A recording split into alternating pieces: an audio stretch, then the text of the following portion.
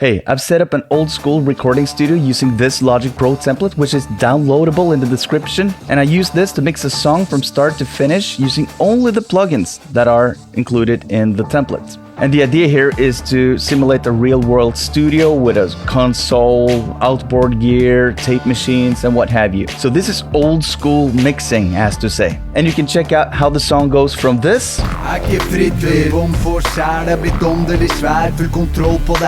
turns into this. Okay, let's go.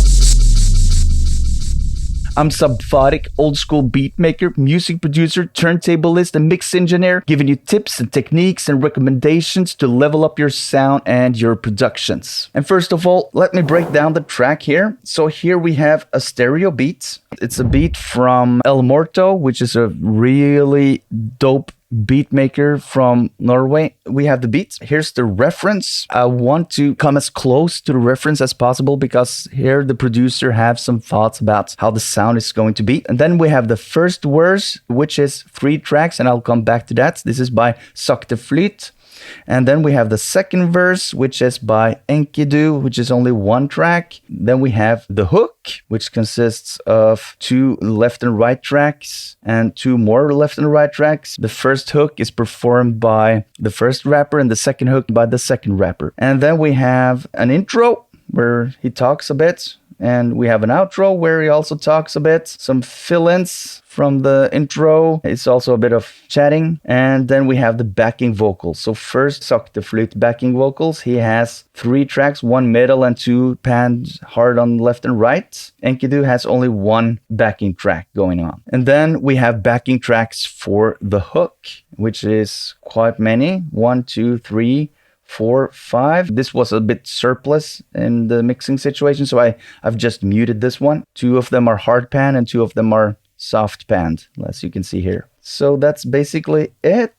We can start with the beat. I have no processing going on with the beat. I have left the beat just as it is. The only thing going on with the beat is on the beat bus. I have a compressor here. It's the SSL G bus compressor, and I have used the main vocal bus as the trigger for this one. So whenever anything happens vocal wise, it will be ducked a bit. As you can see here, just show you. But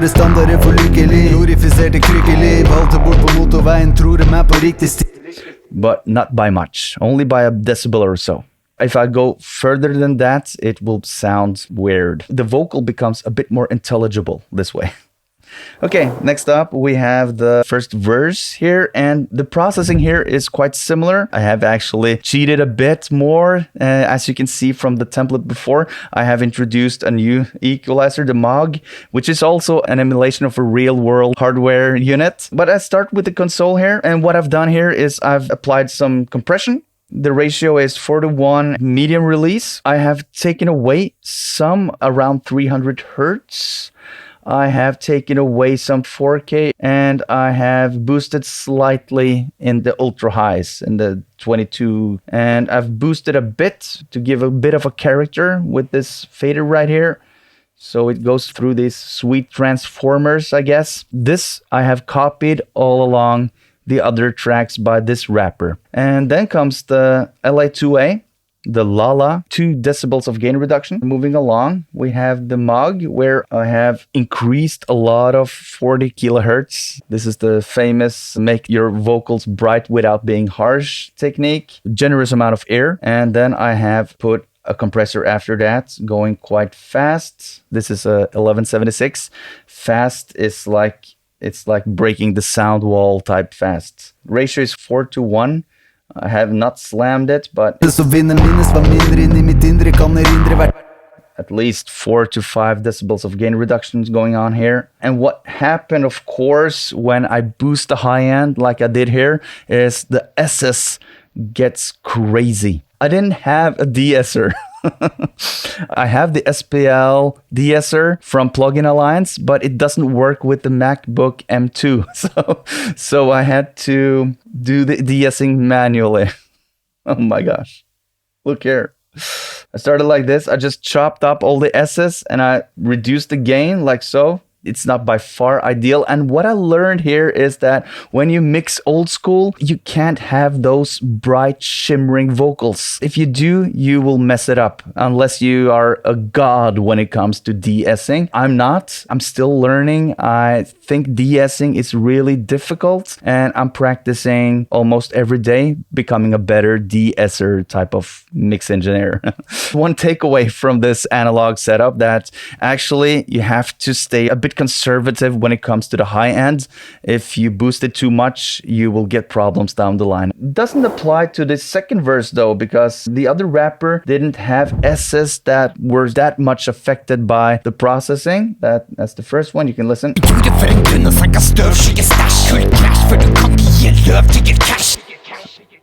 Let me just show you what I've done here. I've done a bit differently. You can compare the waveform to the other verse. You see there are a lot of dynamics, and this is his rapping style. He has a really dynamic way of performing, whilst the other rapper, Sakte, Flyt, has more consistent dynamics. So what I've done to meet that difference is I've started with LA2A, giving a quite decent amount of compression. I guess 4 decibels of gain reduction initially, starting out, and then comes the compressor on the channel strip. Here's some crazy amounts of compression going on. Crazy amounts. And then I have some high pass filter going on. I've cut some in the 1000 region. There were some plosives there that lived around 1000 hertz, and I've taken away some of the low end with a shelf, 2 decibels of low. Then over to the Moog, I've put it on the 6 here and on the 40 hertz, taking away some high end here. Then over to the Fetish, quite fast attack.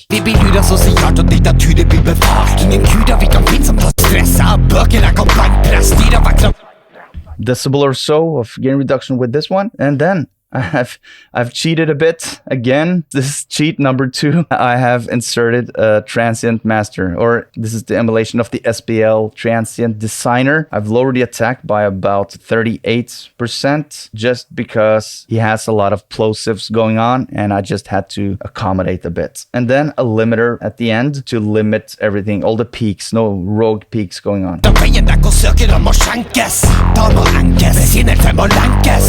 And this is also the Frontier from D16, which is a free limiter plugin. And just to remind you, the Lala is free, the Fetish is free, and the Frontier is free. Finally, on the lead vocals, I have used the Vox Verb M aux, which contains the super plate. This is the super plate from Sound Toys with the 140 setting, quite fast decay, some pre-delay, a generous amount of low cut and some high cut going on, and nothing much else really. I have this color character going on, and you can hear it in solo. It sounds like this.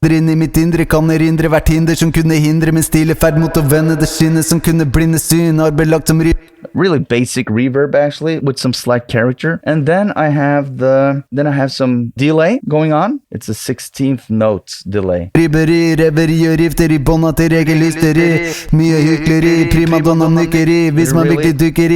With a really short feedback, making for the vocal to become a bit fatter. This isn't to wide it up, it's just to make it a bit fatter. So I have no width going on here, but just making it a bit fatter. I want the contrast between narrow and wide to be present when the hook or the chorus comes in. That's the main idea behind that choice. So that was the lead vocal. Now, if you like this video, I would appreciate it if you hit the like button, and let's go over to the hook. Okay, so the hook consists basically of 2 main tracks, one on the left and one on the right, and in 2 sections, because we have the first rapper here and the second rapper here, and it sounds like this. We have a call and response thing. So here's the call, it's down here. Here we have basically the same setup as I showed you before. I've just copied it because I found it to work well. Some slight saturation going into the black box, and let me just demonstrate to you how this sounds. Just solo out. Fordi rollen vår fucking roll over deg, vi rovdyra her. So So this is quite subtle because I don't use that much gain going into the black box, but it's just to make it a bit more solid, get the fundamentals to sit better in the mix. Here's the other wrapper. And here I don't go into the saturation with this wrapper because this wrapper has a lot of saturation already going on in its voice. It doesn't need that much else, I think. That's it for the hook. The main difference between the hook and the verse is that there are more tracks and they are panned.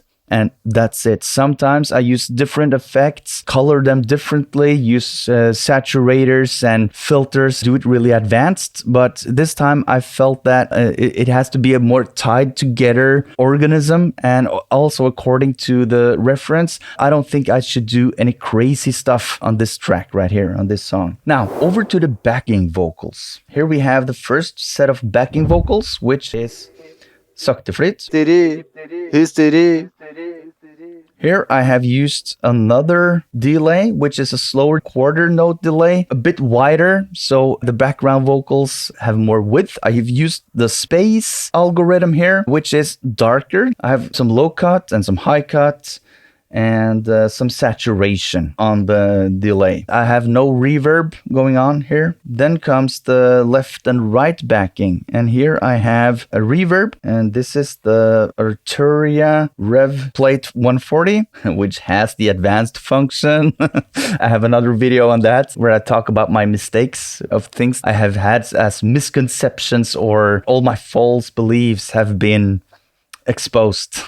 Check out the video there. Anyhow, so this is the Rev Plate 140, doing some wide reverb on this side, and I have on the other, I have the same Rev Plate going on. So I have the same on both the right and the left. To make it even wider, I could have used another setting. I could have used another plugin, for example, with other settings and made the difference between left and right even greater. But since this is the background vocals for the verse, I thought that wasn't necessary. I don't want the verse to be too wide. So that was the effects, and the processing is quite simple. I have applied an exaggerated decent amount of low cut and high cut. You can see here, EQ wise, nothing much.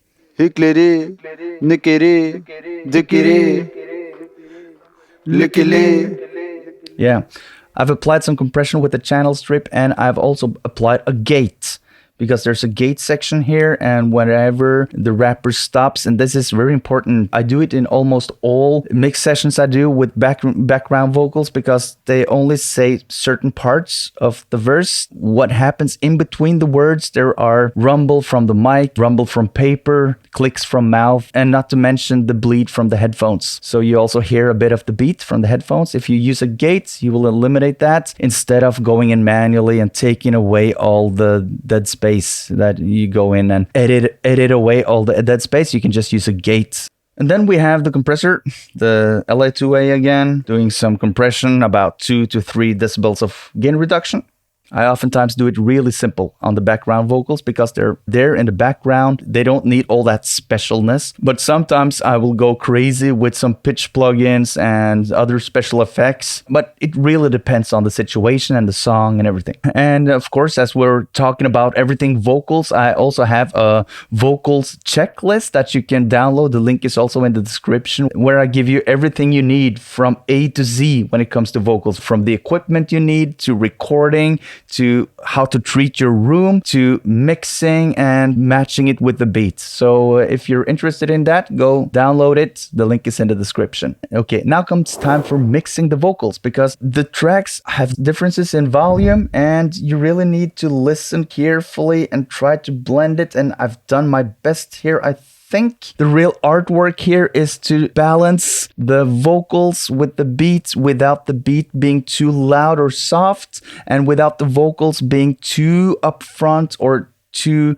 pulled back in the mix. So it's like really adjusting, and a really good tip for making this easier is to have the volume on your monitors set to as quiet as possible. So have the monitors really, really quiet. You only hear the sibilance of the vocals, and maybe only the hi-hats and maybe some parts of the snare from the beat. So that's the only thing you hear, and then you start adjusting the vocals. Make sure that you hear both the beat and the vocals, and then you turn back up, and then you can evaluate. And then you can go back and forth in the song and listen to the different sections, listen to the first verse, the hook, listen to the second verse with another rapper maybe, and then go back to the first rapper and go back and forth and compare and listen how intelligible and how loud or soft or quiet are they in the mix, and try to adjust accordingly. And as you can see, I've done this here. I've adjusted the S's, for example, way down. I have adjusted the hook a bit down because it was a bit too loud, even though the initial levels were the same. It's because I've used more compression on the lead vocals, and it has been lowered in level, psychoacoustically at least, so I had to lower those a bit. The intro part was a bit louder, so I had to turn that down, as you see on the fader. Outro was a bit quieter, so I had to boost that a bit again. And also on the backing tracks, you see that some are quieter, some are harder. For example, Enkidu's backing track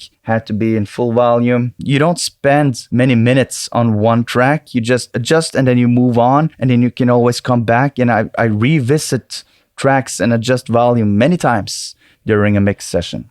I also revisit plugins many times also during the session. So that's like the mixing part. And here on the mix bus, I have some slight compression going on, and I have an EQ that I might not have shown you before. It's the BX Digital V3, which is a mid-side stereo equalizer. I have boosted the highs a bit on the sides only, on the stereo section, and I've cut a bit of lows, like up to 122 hertz, just to remove stereo rumble, to make it a bit more mono.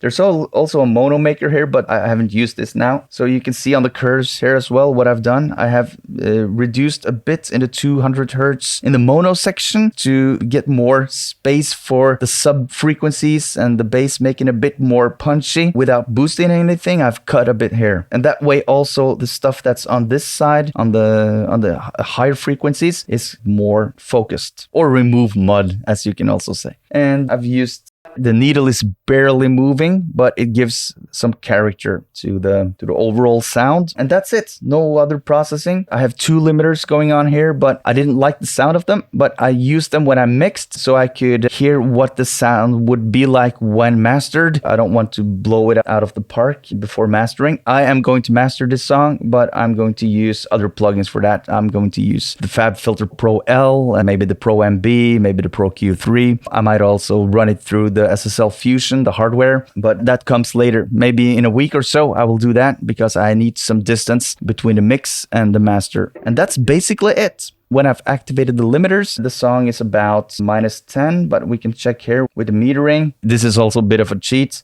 I used the Isotope Insight. I also have the Voxengo Span, which is a free plugin. So it's about -16 integrated, -14 momentary, short term, true peak at -2.3, decent healthy levels. I think this mix is ready. I don't think it lacks that much. I think I have to work more on the S's on the first verse before I send it back to the artists. I think I'm good to go here. And as you can see here, the mix bus processing isn't really that much. I haven't done really much, but I have done some EQing and some compression.